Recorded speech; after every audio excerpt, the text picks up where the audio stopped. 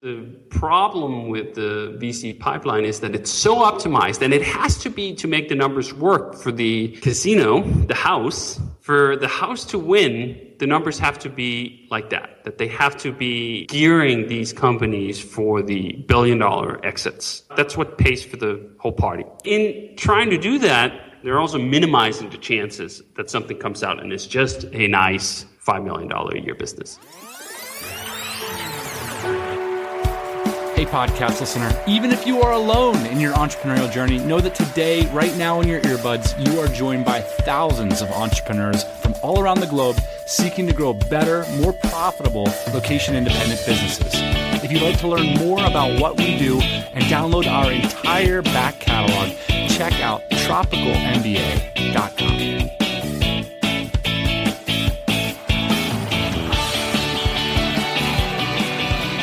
Today's show is the first in a two-part series in where we talk to someone who's had a huge influence on Ian and myself.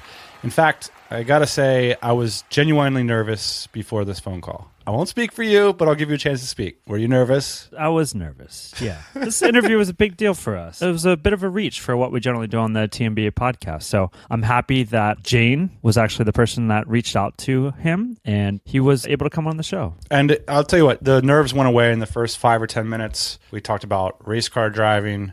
We talked about partnerships. We talked about VCs versus bootstrapping business. I mean, the conversation went for over an hour. We're going to have to split it up into multiple parts because we just touched so many things. So today's guest, if you haven't guessed already, is the co-founder of Basecamp and the creator of Ruby on Rails, David Heinemeier Hannson. On the internet, he's known as DHH. In this episode, we're going to be talking about a subject some see as a blueprint for getting rich and others see as a 2-letter swear word. I'll give you a guess, Ian. VC? That's right, venture capital. DHH has just been an incredibly vocal supporter of building quality products, shipping them to your customers directly, and charging people for them rather than getting caught up in this whole venture capital world. And really, in some ways, he's been sort of like the godfather of the bootstrapped internet business movement. Yeah, at least he is one of the strongest voices that tend to get overshadowed by these VCs who have an incredible upside for sharing their ideas about VC, obviously deal flow, when someone like DHH doesn't have much to benefit. Later in the show, we're going to be talking to Zapier co-founder Wade Foster about his thoughts and experiences of taking funding. But first, DHH, as well as founding Basecamp with his business partner Jason Fried. He's co-authored a bunch of books, including Getting Real, which I look as like sort of a handbook to running what we used to call lifestyle businesses all the time, and Rework, which has talked about the remote generation and building businesses where people, live all around the world, the type of thing we talk about on this show. A few months ago, he wrote a really powerful piece called Reconsider. And that was really what inspired us to reach out to David. The message there was so strong. And I just want to read a quote from that piece before we get into the interview. It's hard to carry on a conversation with most startup people these days without getting inundated with odes to network effects and the valiance of deferring, quote, monetization until you find something everyone in the whole damn world wants to fix their eyeballs on. In this atmosphere, the term startup has been narrowed to describe the pursuit of total business domination. It's turned into an obsession with unicorns and the properties of their success. A whole generation of people working with and for the internet, enthralled by the prospect of being transformed into a mythical creature. But who can blame them? This set of fairy tale ideals are being reinforced at every turn. You can just feel the emotion in the piece, Ian. It's just obvious that this whole world, really frustrates him and even annoys him. So that's the first thing we asked him about. We were curious.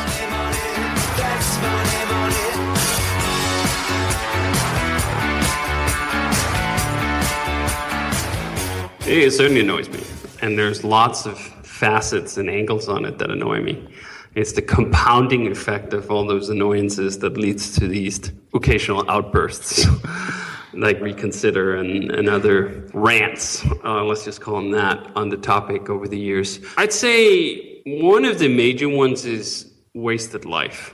I look at the number of people who have to go into the machinery, the meat grinder of the VC founding to funding pipeline to make the numbers work, and just go like, that's tragic. It's tragic for the individuals involved, in my opinion. I know that's kind of paternalistic, perhaps. Like, who am I to say whether it's tragic for the individuals involved? But I've talked to enough people who've been through it to feel that that level of tragedy is not just based on like, oh shit, like I would hate to have gone through that, not knowing what I know now about how the system works. I would have gone like, hey, what the fuck? Why didn't anyone tell me that the odds were so shitty? Why didn't anyone tell me that even if I beat the odds and I made it on the other side, it was still likely to be a crappy experience? Why was this positioned as, oh, this is the way you start up? This is the formula. This is how you do it. Of course you do it like this.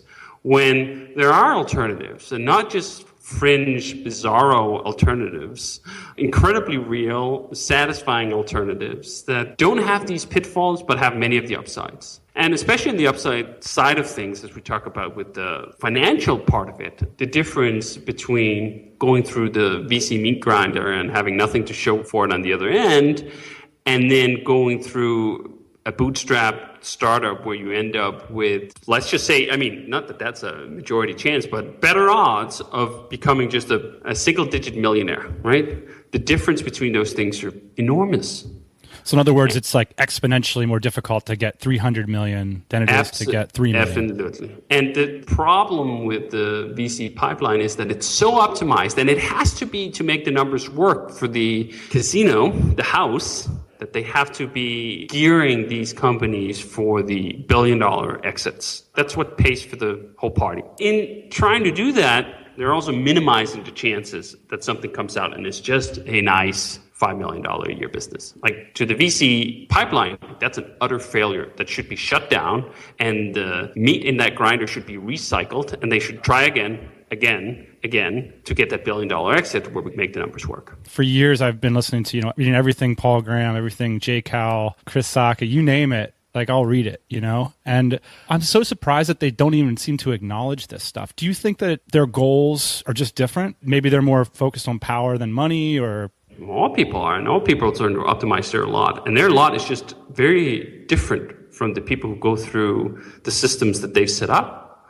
Like, for them to win, lots of people who go through the system will lose. That doesn't mean they're not winning. They'll continue to win. All these programs, accelerators, and VCs, they can have the vast majority of everyone who goes through that program fail and lose, and then they still win, right? That's the incentives are not aligned. They will say, well, it's not my problem. I gave you a shot at being a billionaire. You're the sucker who took that shot. Which is the same sense of people stamping lottery coupons. Like, hey, these are the odds. I give you a shot at being a billionaire. I mean, shitty odds, very unlikely to happen. But the system works if enough of you fools pick up a ticket and buy the ticket. That aspect alone, I think that their livelihood, that their business and their justification for being relies on these odds. And that's just not in the best interest of a lot of people. It is in the best interest for you. You should totally go through that program if the biggest thing you want out of your life is a shot at becoming a billionaire, is a shot at becoming the next Facebook, or something like that, that presumably needs to go for years and years and years, blowing through hundreds of millions to get to this level. Like, if that's the biggest goal you have in life, absolutely. Pack your bags and move to San Francisco right now. My posit is that that is not most people's biggest dream. That they have far more modest dreams. They just mistake and only be fulfilled through the same path. Right. And so one of the things that you advocate and we advocate is bootstrap businesses, because these types of businesses can fulfill most of your dreams, right? Like, you own the supercar that you dreamed of, you go racing, you have this wonderful life, great business, right? But a lot of times, and I think you've said this before, is the people that are living these lives and running these bootstrap businesses aren't incentivized to talk about their businesses. Yes, I think that's part of the problem. The VC cabal and like the whole industry around that need to constantly publicize how awesome and wonderful they are, and the exceptions that they occasionally land on, the Facebooks of the world. They need to constantly beat the drum. See, someone beat the odds, someone made it, that could be you too. Versus the bootstrapped successes, unless they have a pathological need to just share and shout, which is, with mixed blessings, my curse, then what is in it for them? What is in it for someone who's just quietly making bank to tell other people about that? Why would they want to attract that attention? Like, if you're just quietly killing it, one of the wonderful things about being a private company is that you don't have to disclose your financial status. I can think of very few people, generally speaking, who are better off by advertising to the world that, oh, I made a lot of money. What? Why would you do that? Like, there's just not the natural incentives, right? Like, you're not going to be better off for it. Like, some people can't help themselves, or perhaps some people are vain, or whatever combination of things that compels some in that group to still shout from the rooftops. I contend that they're in the minority, and that the vast majority of them just quietly laugh all the way to the bank. But you're in an interesting position because you've talked about your product openly. Everybody knows what you're working on. And so, it's very defensible at this point. And so you have a great following. And so you're in an interesting position because you do have that experience. And then now you do also have that power. And I think that's one of the reasons why your voice is so important in this space, in communicating with people that you may be throwing away your life. Here's an alternative script. And like you said, it's not for weirdos. It's the one I've been living. And it's quite nice. The main thing you should always do when you listen to people, and especially when it comes to life advice, that it's not exactly scientific. It's not like you can take my theory and put it into a controlled experiment and then come up with a conclusion in the end to say, this is true. It's not like the law of thermodynamics that's going to outcome from this, right? So when that is not the case, you have to do source criticism. And the source criticism should go on what's in it for them. For me, people should absolutely ask that question. What is in it for me to speak my mind on this? And will I gain something in particular if a person chooses to listen to my advice and forgo the VC route and try to bootstrap themselves? Like, what would I win from that? I have a hard time coming up with it. What? They'd buy rework? So they'd spend, $10 on a book that I see $2 of, which is like pittance and piss all in the grand scheme of things. Like, is that what I'm going to get out of it? You could say attention. There's some spillover effect, perhaps, but I mean, how much of that really flows back to the product? Come on.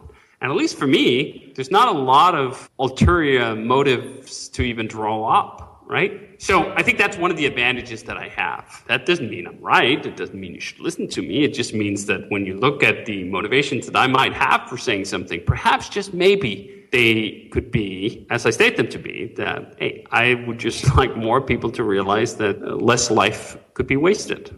I got to say, like, you've probably inspired like tens of thousands of people around the world to like dig up copies of Maverick. Like, I see them like sort of these 20-year-old books like laying around at conferences and stuff.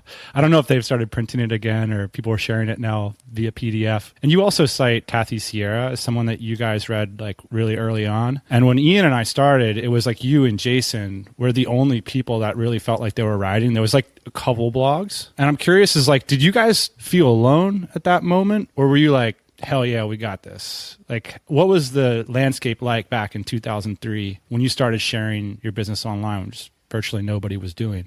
It's funny because it didn't feel alone to me. Perhaps it's because I never really paid that much attention anyway, that it doesn't feel indifferent to me now than it did then. I've been inspired by a bunch of things that I read.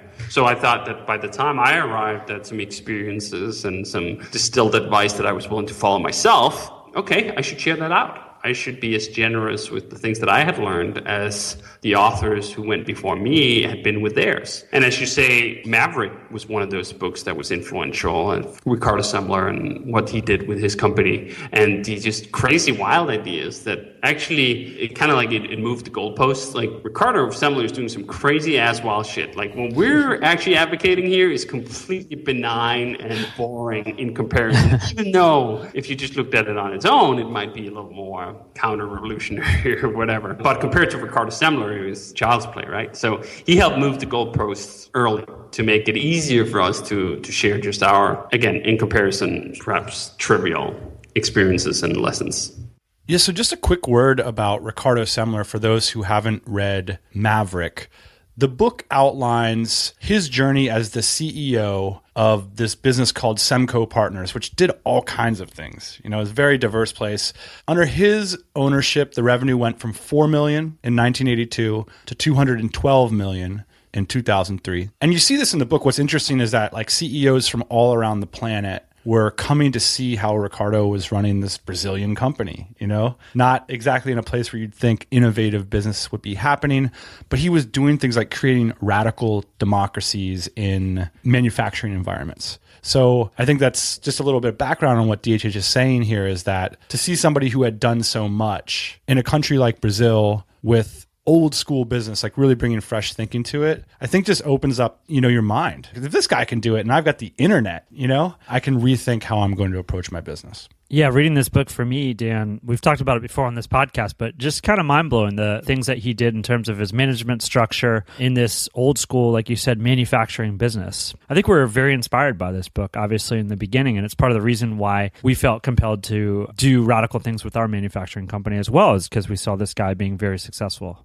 Absolutely. So now let's zoom back to the story of Basecamp, which is DHH's company. Part of the story of Basecamp includes a decision by David and Jason to take a cash infusion. And it came from none other than Jeff Bezos, the founder of Amazon.com in 2006. And David's also written about this on the internet, about how it felt to become a millionaire. Like that day, they kind of cashed in and they made a life-changing amount of money. And he said that, it felt really cool to buy a yellow Lamborghini, which he did do. But he also talks about how it felt just as cool to realize that the things that satisfied and fulfilled him the most, like riding, driving race cars occasionally, and working on his business, hadn't changed. It was, he says, as if he had, and I'll quote it, pulled back the curtain on that millionaire's dream and found, to my surprise, that most of the things on the other side were things I had already had. Equal parts, shock and awe, but ultimately deeply reassuring.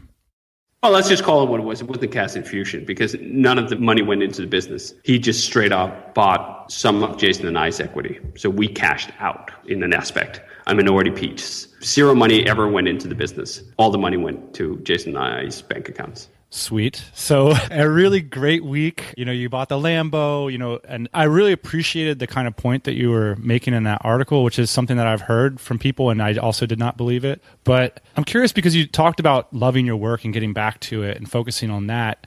There's a lot of pressure when you have money to sort of invest it right or to manage it correctly or to do certain things with it to all of a sudden become an investor or to help other entrepreneurs. So what is your attitude about wealth management and how much energy do you spend on it? I am the most boring investor in the whole world. I basically have all my stuff managed by myself, and the vast majority of it sits in a variety of ETFs. I do not try to beat the market. I do not try to outsmart the market. I do not try to pick upcoming winners. I don't mix, generally speaking, money and sort of relationships in that sense that I'm going to be a personal angel investor in something. It just doesn't interest me, to be quite frank. I'm more interested in doing things for sort of the betterment of the businesses that I have. Like there's enough on that plate. And whatever else I need to fill on that plate, I fill it with other stuff. I fill it with family, I fill it with hobbies, I fill it with all sorts of other things. And then I retain the humility of knowing that just because I happen to hit a slam dunk, a home run with Basecamp, does not mean that I have some magic voodoo touch that's going to turn everything else into gold. Which basically means that the fastest way for me to lose all my money is to think that I'm so smart that I'm going to beat everyone else. So I don't think that at all. Simply parking money in index funds for the long term and not touching them.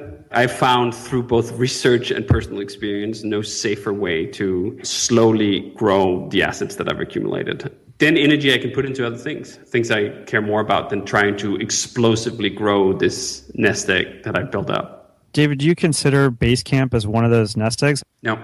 It's funny because in all the wealth planning and so on that I do, I always put a big fat zero next to the stake that I have at Basecamp.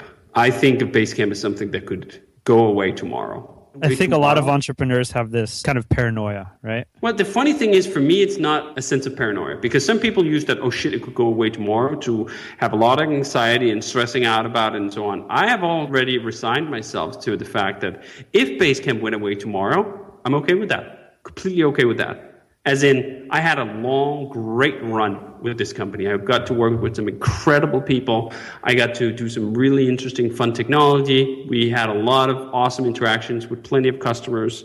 Very, very few things last forever or even 15 years. So if this Basecamp thing comes to an end tomorrow, I'm at peace with that.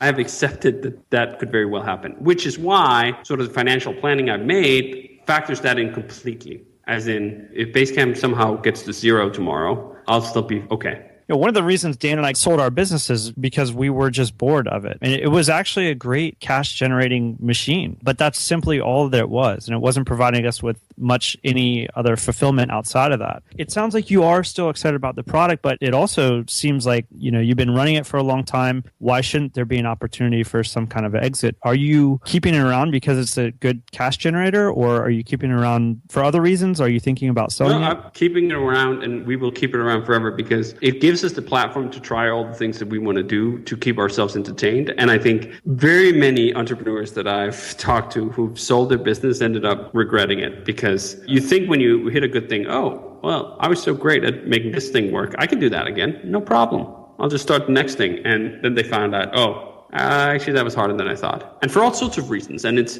like, as in, I don't want to be 22 again. I don't. Like, that was a great time. I'm not going to start the business again. I'm not. Like, I don't want to go through all that again.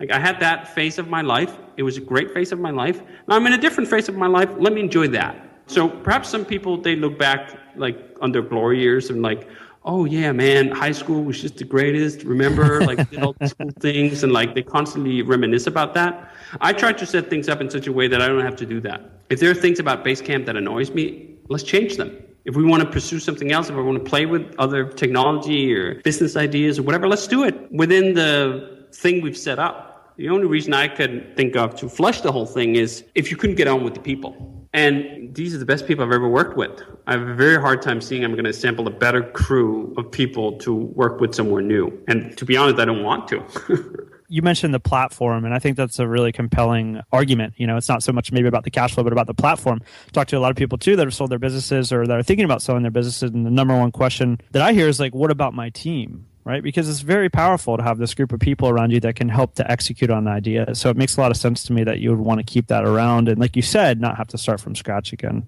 And you like them. I'll be honest, I don't like that many people to the extent that I want to spend lots of time with them. I found a group of people that I do like spending a lot of time with. That's more special than I think most people give it credit for, at least if you're an introvert as I am. I just like, that would take years to build that shit up again. That's just not on the cards for me.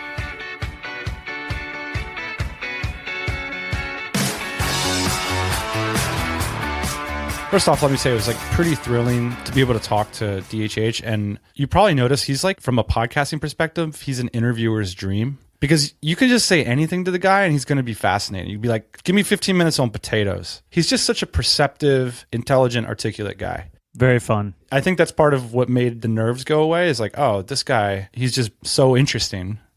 You know what I mean? Like that, and he likes to talk about race cars, which we'll have in an upcoming episode. I mean, you can't go wrong.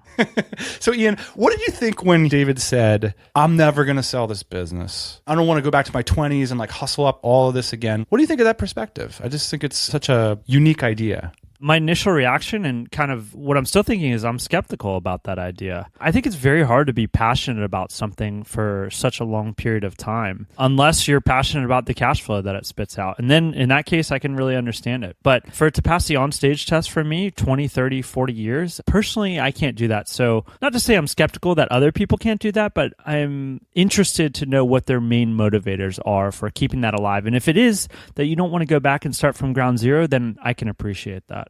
One thing that's interesting is that it's very similar to the story that Ricardo Semler tells in Maverick. If you recall, like Semco got into all different kinds of industries and he allowed his employees to sort of seek their own passion within that platform. And it allowed him to stay interested in that business for decades. And it looks like that's what David and Jason are doing. So I do think there's a lot of food for thought here. I'll tell you what, and I think a lot of people, especially new entrepreneurs and people that are working on the internet, shiny object syndrome, it's really easy to get caught onto something new and start working on it. But I think in the long haul, if you do what DHH and Jason are doing, it's the money play. It's the big money play in terms of creating real wealth for yourself if you can stick to it for a long time. This idea, and I think that Jason and David have always been like really keen on this since day one, is that if you're building a business like this, that's not going to be a giant startup. You have to find some way to perennially engage your passion. And it's interesting because that actually can end up being an extraordinarily profitable strategy. Because if you got someone like David's best energy on the same project, more or less,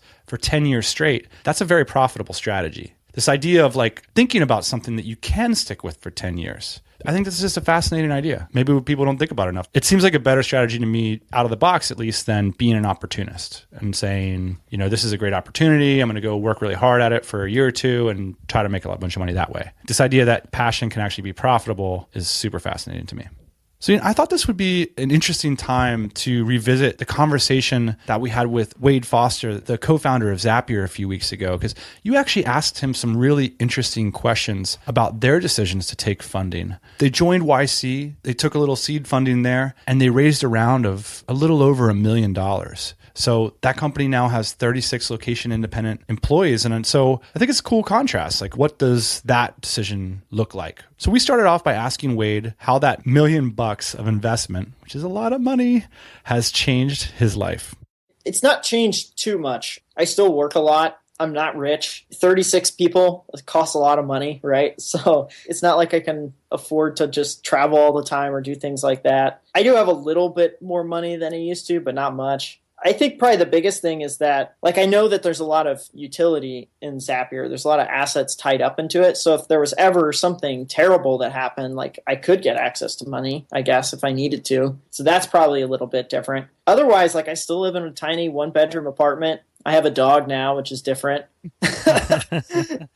One thing that I really have tried to do is, as Zapier's gotten bigger, is to take care of myself better. Those first couple of years, you put on the founder 15, right? Last year I started playing racquetball a bunch, tried to eat a little bit better, things like that. So things change a little bit, and, you got teammates to help carry the burden a little bit more, which is really nice. So you can try and take care of yourself a little bit better for the long haul. So that's definitely one thing that has changed for the positive. On this program, generally the entrepreneurs that we talk to are people that are bootstrapping companies. And it seems like Zapier could have gone either way, right? You had a public launch and then you kind of ran into the situation where you were accepted to Y Combinator. But how beneficial is it right now in terms of the connections and the money? Do you think that you could have done this bootstrapping? Do you think that this might go sideways in some way because you might not have as much control over the company in the long run? Zapier still has a very strong bootstrappers ethos. We've been profitable the last 2 years. We haven't had to raise more money. We still own Brian, Mike, and I are still the board, so we still call our own shots. The money, the $1 million we raised back in 2012, was just really nice at the time to help pay the rent and buy food and to hire one person to help out. But we still didn't spend it. We approached it like we didn't have it, right? It's look, this money is set aside for a rainy day a little bit. And we tapped into it a bit for hiring in cases, but mostly we tried not to use it, right? It was literally just make sure that, if something went wrong, we're able to kind of take care of things. I have a wife, Brian had a wife, Mike's got a wife. They expect a certain standard of living that's not, sleeping on the floor, which is what we were doing. Futons. Yeah, we slept on the floor during YC. Brian, Mike, and I had an apartment, whereas the three of us sleeping on a floor. For some odd reason, they didn't think that was as much fun as we did, I guess. With that, quality of living that you're trying to achieve, sometimes when you're running these companies, when you're not funded, things can go bad and you can have to cut things out and maybe go back to living on a futon. Whereas if you have a little bit of funding, there might still be a wallet open for you to be able to continue the company. If I'm one of your investors, I'm probably pushing you to raise more money, right? Because I'd like to see a better return on my investment. Is that the case with Zapier? I think so, right? Investors want moonshots, right? They want Ubers and billion-dollar exits and things like that. I think some investors are maybe a little more savvy than that too. Raising more money doesn't necessarily always mean faster growth, right? If you have an engine of growth that requires, ad buys or sales teams where you put more money in and it almost guarantees more money out, then yeah, sure. But some businesses aren't quite like that. They're maybe a little more capital efficient and they don't need as much money. I think there's a lot of savvy VCs out there too too that are like, look, what's best for the founders is probably what's going to be best for the company in the long run. So let's kind of align ourselves together and see what happens. I think that's definitely the case with our investors. Have you found that your investors are able to provide you more than just with the funds? All of our investors have run successful businesses before in the past, or have been, on the sidelines for really big successful companies too. So I think there's a lot of advice that comes with that. And more than advice, I think stories, right? There's a lot of stories that come with that. Here's what happened at this place, at this time, this moment in history. So you can, ask more questions and dive deeper, right? I'm sure that's one of the great things about running a podcast like this is you all get to ask entrepreneurs all day, every day, about their own businesses. And then you can figure out how to apply that to your own business. It's also great because running a podcast is extraordinarily easy relative to actually running or doing what you're doing, Wade. What would inspire you guys to take a next round of funding versus continuing to go bootstrap? Where does the path, separate in the woods? I guess maybe two things. One, if we had a situation where it was no brainer, you put $1 in, get $2 out. If that was really clear, cut and dry, I think we might consider it. And then two, if it was free or effectively free. Somebody just wanted equity in your company. Well, not just that, right? We'll give you this much for the tiniest of sliverest of pieces of equity. Then okay. You see some of these mega rounds out there, right, that have happened in the last year where people are raising hundreds of millions of dollars and giving up, 5% of the company. Yeah. I guess I'd do that, right? So maintaining control is really important though. I think so. We definitely value having control and being able to kind of set our own destiny. When you guys sit around and dream about the future, what does that look like nowadays? What are you thinking of as the next step? I like to not live in a 1-bedroom apartment at some point in time. Does that count? Things. No, 2 bedrooms. Very important. Upgrading to 2 bedrooms, that sounds really nice. Yeah, maybe a little more natural sunlight. I think the thing that gets us excited is that just having an impact, right? We've helped a lot of small businesses make their businesses a little easier, run them a little smoother. And so if we can do that more, do that times 10, times 100, that'd be exciting, right? And to build an organization that, is long lasting, that can have an impact for tens of years, hundreds of years, that would be fantastic. So I think a lot of that's what we're trying to do now is set Zapier up to be around for the long haul and to have a big impact on, small businesses and try and make as many of them happier, I guess, as we can.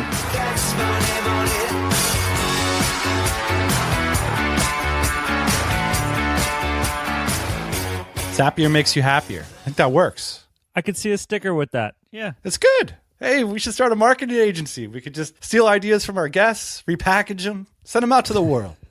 Just awesome to hear the honest thoughts from Wade, from David. We have a lot more from that DHH interview that we're going to be sharing with you in a forthcoming episode, which is going to be about the greatest, most productive, but also potentially fraught relationship you may have in your life. And no, Ian, we're not talking about with your cat. Oh. We're talking about the one between you and your business partner. So we really dug into David's relationship with his business partner, and Ian and I will get a chance to share some of our thoughts. That'll be next week. I'm seeing some dirty laundry getting aired out. Is that what's going to happen? And so we're going to have a cleaning session on next week's Tropical MBA podcast. We'll see you then. Hey, thanks for listening to the Tropical MBA podcast. You can go to tropicalmba.com, get access to hundreds of back episodes and all kinds of other goodies. Load up your iPod. That is the cheapest way to fly business class on your next international flight. We will see you next Thursday morning, 8 a.m. Eastern Standard Time.